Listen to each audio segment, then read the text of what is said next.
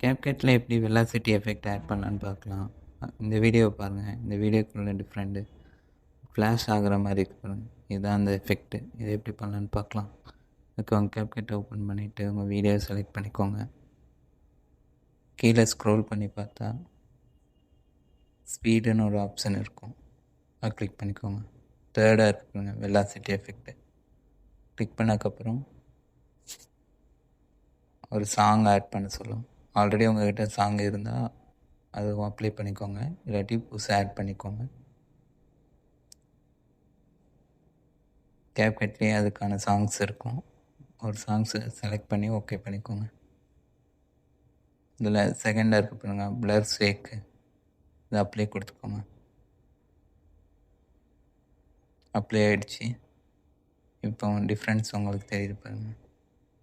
இதுலேயே நிறைய எஃபெக்ட் இருக்குது, ட்ரை பண்ணி பாருங்கள்.